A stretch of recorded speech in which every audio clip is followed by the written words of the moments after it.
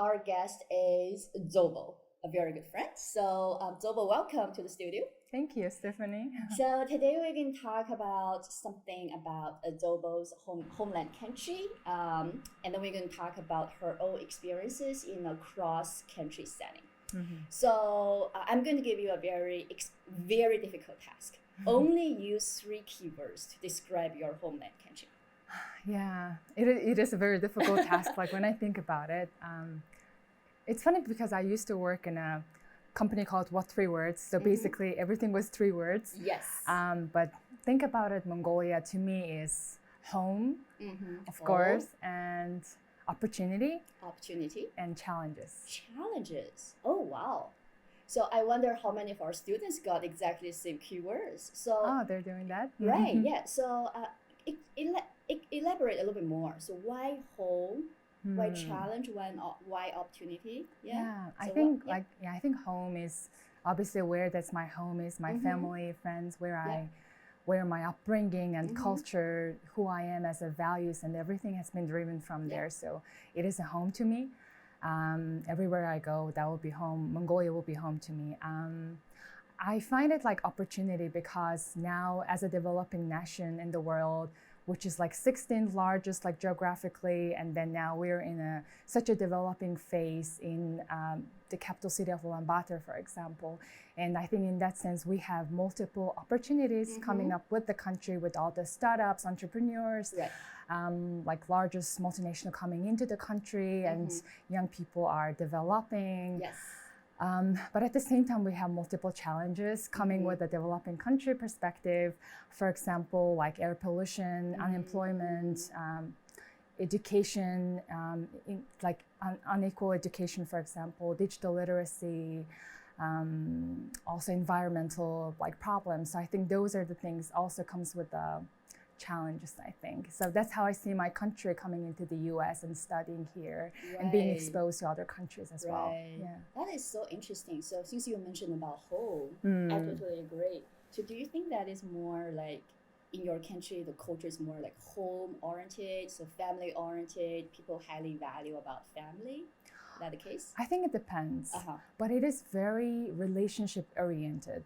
So when we're talking about a business, for example, so we have like many holidays. Of course, we come to our parents, just like other countries, but like we would live with our parents until we turn 20, 21 or something. So which is totally okay. Until we give a birth, we live with our parents. It's totally okay. You don't have to leave the country because most of our universities are, unlike America, is based in Ulaanbaatar, which is in capital city, which half of the population is living in. So in that sense, like most of the young people don't have to leave their country unless they are coming from countryside.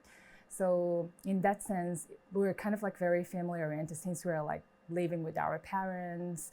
And then when we get older, we don't tend to leave our parents, but we tend to live with them. So it's kind of different than compared with the US, I would say. And coming back to kind of like a business practices, it is, Mongolia is a kind of like high context country, but it is very, unlike here, it's very, what's the word for the collective, collective culture. So in that sense, we are very much value like business relationship based on people relationships. So yeah, that's how I see it. That's so interesting. I think I can definitely relate to my own home country, China, and many Asian countries, I think, have similar culture in terms of that. Yeah. So opportunity and challenges. I think those are like 2 sides of a coin, right? So you have opportunities, but also means there are some challenges you need to overcome. So I know that you have worked for some multinational companies back in Mongolia. So can you tell us some experiences about that? Yeah, sure. I'm now doing my 2nd year of Master of Public Affairs degree in concentrating on sustainability. Before that, I worked for about 7 years. My background is in international business management. So I worked in hospitality, international development, and technology sectors for about 7 years. So right before this, I was working in a London headquartered multinational startup called What 3 Words, which is a geolocation company, which is making it easier to talk about locations for people across the globe. And I started like 4 years ago in the company as a local partnerships manager, which I would only look into the country penetration of like UK headquartered companies, Mongolia market, like how we can bring more customers, like acquisition of the market more for the local market perspective. And then later on during pandemic, we pivoted more into Asia Pacific market because we have seen people potentials in Mongolia, like people speaking multiple languages, like Mongolian, English. When we hired new people, they were speaking in like Chinese, Korean. So we were able to like kind of use all the resources together. We are not only focusing on Mongolia market. So now it's the time with the pandemic, with all the kind of like time zone benefits. We started working on Asia Pacific level. So that's what I ramped up to Asia Pacific partnership state for about last 2 years before coming to my studies. So it's been a very interesting like cultural differences when I started working with my multinational company. Well, obviously you speak very fluent English, right? Thank you. For a multinational company headquartered in UK, presumably there should be little culture distance. But have you ever had like a culture shock at all working with a company from UK? I think initially something for me very difficult to overcome was having an open conversation. I think that comes from us, like as in coming from an Asian culture family. I was kind of like growing up not being asked much about what I would like to do, why you're doing this, why you're doing this, what are the challenges you are looking at. But I'm like, I don't know, maybe I'm like, it's just my upbringing because since it's my own like story, only my side of it. So like, I'm like more opportunistic like side of the person. So if I've been asked, pause the question with like, what are the challenges? What would you like to do? I kind of like it, and also kind of like ideas, why you're doing this, why should we do that? It was kind of like reasoning and critical thinking side was really lacking with me. And also building up a constructive feedback was very difficult. Getting a constructive feedback, how not to take it personally, for example, just starting my career, and how to give a constructive feedback when I started hiring people for local marketing roles. So when I started becoming a manager, it was kind of also another ramp up time for me to understand how I would get managed by my direct reports from managers from UK, but how I can bring down to like myself of management, finding my own style of management when I manage my team who are Mongolians. So it was a very interesting nuance in between that I need to bring it outside of working with the Mongolian and multinational partners, I think. Yeah, I can definitely see that in terms of, you know, the kind of like the power distance, right? The working relationship between you and your boss, right? So how do you get feedback? So I think overall in the Western culture is very feedback oriented, right? So that's so interesting. So for people who have never been to Mongolia, right? So what do you recommend them to do? Like anything? Like anything, I think definitely, I think when people say about Mongolia, it's a country, people know it mainly like Genghis Khan or Mongolian barbecue. Right? Some people like who are more geographically knowledge would know it's the country within China and Russia, which we have only 2 borders. But people don't, when I see, that's so funny. You said only 2 borders. That's true. I haven't thought about that way. So we're a landlocked country, so very dependent on 2 countries, of course, in terms of like geographically, but like also like when country is presenting themselves to the outside on social media, people only see, oh, there are like little yurts, nomadic family, people living in their nomadic lives. But actually, people should come to Ulaanbaatar, which is the capital of Mongolia, where I said half of the population is only 1.5 million, but we have 3.5 million people in the country, which is a small country but with a large land. And I would say people to visit to capital city because it is a very Western-looking, developed capital city that you will see in the country, but also, of course, go outside to the countryside, see the wild nature, how people preserve. And now I think that like when you go outside of the country, you appreciate more about your own country and culture.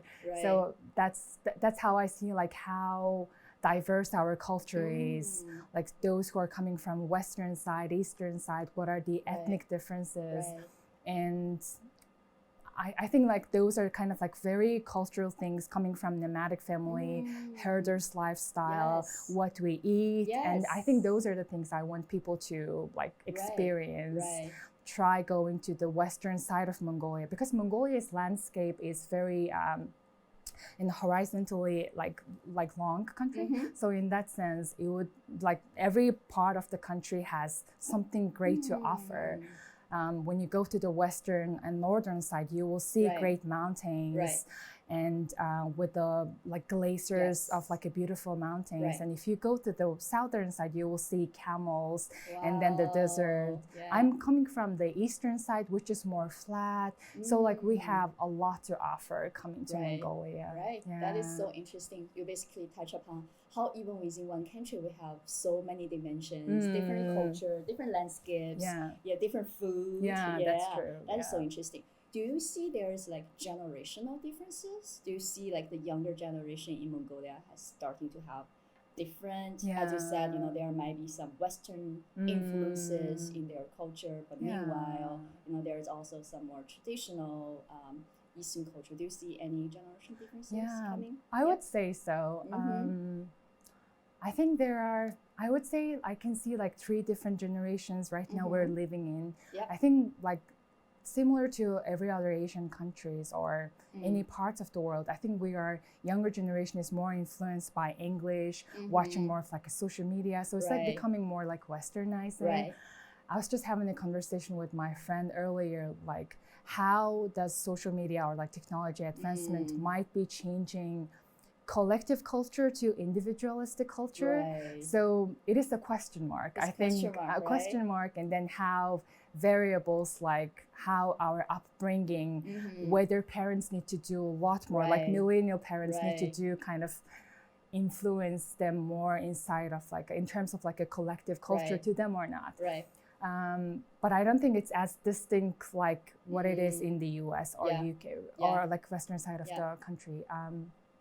I think our parents' age is more Soviet, I would say. We had a very much influence like around 1990s with the like learning Russian. Our parents would like, in order to bring all the economic freedom, people like, especially our parents were going on a train to go to like Russia to bring some like a clothes or like selling something. So like those are the kind of like when democracy has started in 1990, that's what our parents were doing, our generation. And then parents would have had experience studying in Russia, which is not the case right now that much.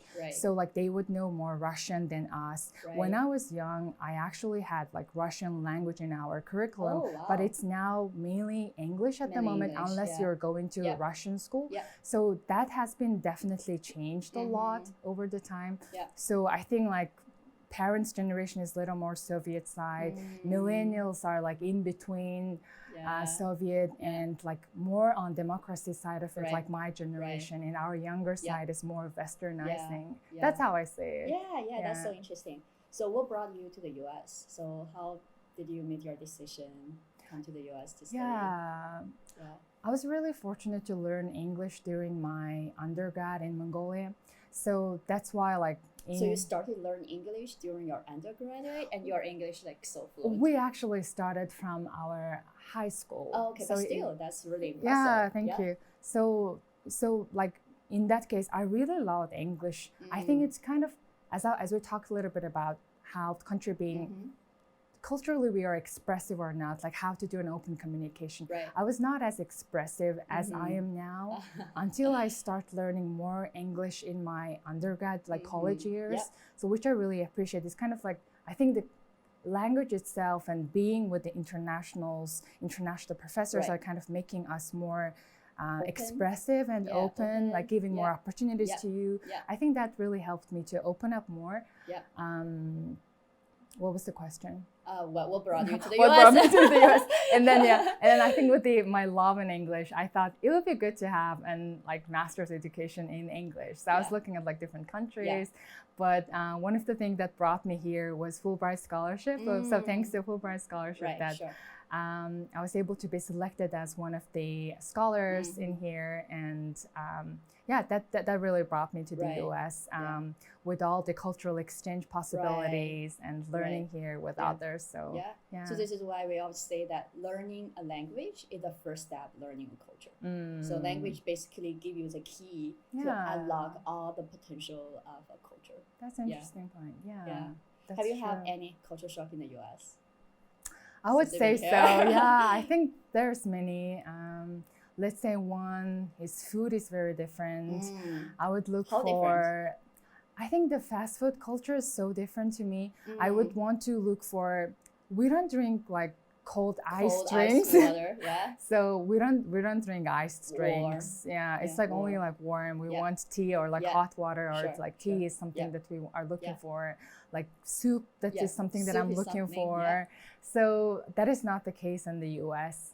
But also another great thing about the US, the difference was like niceness of Americans. I think it's mainly in the Midwest. I think it's Bloomington and Indiana difference. Like how strangers can make a really great conversation, being very open, which would not be that much of a case back home. So I'm thinking of how my reverse culture shock is gonna be back home, like talking with people like on the street. Oh, I like your outfit. I don't know if how that would be back home. So I think those ones, and also coming back to, I think also like the communication when working in a team, for example, how like individualistic, task-oriented or collectivistic is also something very different that I've seen. For example, if you're working on a team together, like Americans would be, I think what I've seen so far was like we would be more task oriented. We're going to just divide up everything and work on our own and come back. But I think back home, or like even within the business culture, it's more on relationship based. So if you have worked on a team together, you will build that one relationship and you're going to become besties or you're not going to like each other. So which I have not seen that is the case in here. I think it's more task oriented. So it's certain that class over and you might not talk to each other, which is so weird and so different to me. So I don't know how that is that's also. a great observation. So in academia, we call it one is cognitive trust. So the trust is based on cognition. It's like you have the expertise, we are co-workers, we collaborate. So that's cognitive. The other one is called affective. So meaning I like you, I more on a personal level relationship. So overall in Asian culture, people kind of like mix those two together. Cognitive and affective. Well, here in the US, in Western culture overall, they tend to separate those out. So you will have a friend with the cognitive linkage, and then the other one is based on affective types. So I think you observed a very interesting phenomenon. That's true. I think that was kind of like very interesting point when dealing with a multinational company and bringing the new emerging technology back to like home country like Mongolia, like working with multiple different local entities. It's very different. What we are based on is very relationship based. So based on that, it would work better. Like if I want to kind of partner with someone, first we need to build that relationship and the person trusts me, and then we move on. Even if I move to other company, I have that relationship with that person, so I can still come back to that organization, and that person would become my champion within the organization or outside of his like or her network. Which would not be, I don't know how it's going to be like little different here, but I think disadvantage side that I've seen within the business was more on, like as you say, effective or like task oriented. Being in the US or the UK culture, it moves faster. Because if you talk with certain organization, if they need it, they will move faster, and the deal will be closed. But in back home culture in Mongolian will be, because it's so much relationship oriented, it takes a while. now I look back at it, I learned why. But by that time, it was very difficult for me to kind of like see and kind of like show how the business effectivity would be. It took me 2-3 years to build that relationship, and by the time I was in my 3rd year, those deals got starting to like close, you know? So it was, I think it's the disadvantage side of it. So, but it's more sustainable, I think, in the long run. Yes, that's very interesting. So for the younger generation in Mongolia, what would be the career choices for people? Like, what do they want to be after college graduation in overall? What are the popular career choices? That's a very big question. Or you can speak for your own or your own friends. Like working for a multinational is one option, right? Working for maybe like government-related organizations or NGOs is another, or become entrepreneur is another option. So do people, or it's really diverse, you know, really depends on each individual preferences, or you see a general pattern. Like, I think it really depends. It really depends. I think there are people, I think really depending on also where they are coming from. Maybe they're coming from outside of the capital city. If they're within the capital city, I can see there's a very much of a diversity within income level of people and where they want to be. But also in terms of like Mongolian, I think mindset is young people are also very people pleasing. So they want to please their parents, what their parents would want them to do. So like some people would want to go in that path. They want to become a teacher, want to become a police or lawyer or something like that. But I think now generations who want to work in their area that they want to do. So like, I don't say people who, like majority of the people who want to do STEM degree, because I think it's because where our education did not really like have that hands-on practical experience. It's more on textbook based that we have learned. So I don't think it did a great job of arousing that interest in people, like people who want to go to technology or science or something like that. So like majority of the people who want to go to international relations, business is very popular, journalism is very popular, and also like art side is also popular. But these are the ones, it depends like how they can make their living out of it back home. So we need more people who are in the STEM side of really like learning and understanding. So that's why I want to learn more about the nitty-gritty of sustainability, what the science behind it. So it definitely takes a double job for me to understand what's behind it. But yeah, I think that's how like general overview based on my observations and interactions with different young people. But entrepreneurship is also something very interesting. As I was sharing early on, there are many local entrepreneurs are coming up. I think maybe within the last 5 to 10 years, entrepreneurship is really becoming a great topic that many like influencers are coming up talking about entrepreneurship journeys, which they are like the largest influencers that young people want to follow and want to have that path in. So which I think it's a really great development opportunity, because we have so many challenges that they can tackle through. So yeah, that's what I think. In terms of multinational company that you asked about, we don't have much multinational companies back home, but it's great that we're having more and more foreign direct investment and having little more corporations coming in, just like my previous company that I worked for. So I think there's definitely a high need for multinational companies to come in, but it's mainly local businesses what people would work in most of the times. That's so interesting. So it's basically brought us back to the 3 keywords you said, right? So home, opportunity, and some of the challenges. Okay. One final question. I always ask every of my guests in terms of, if you are going to give my students some advice, why should they study international business? And you can say, you shouldn't study international business. But I think your path seems to be proof that international business give you a lot of new opportunities, right? So if you are going to give them a pitch, like why study international business can be beneficial, what would you say? I think Are they undergrad or mainly grad students? Grad students. Grad students. So from my experience working in developing countries side of like international business companies, I think it's very impactful and meaningful in a way, because one way it gives a lot of opportunity to learn being an international business, because we see one way we learn the standard of like large corporations, how they work. It's just being part of a large machine, even though you seem like you are small side of the big machine. You learn a lot just being a small part of it, like how different parts work.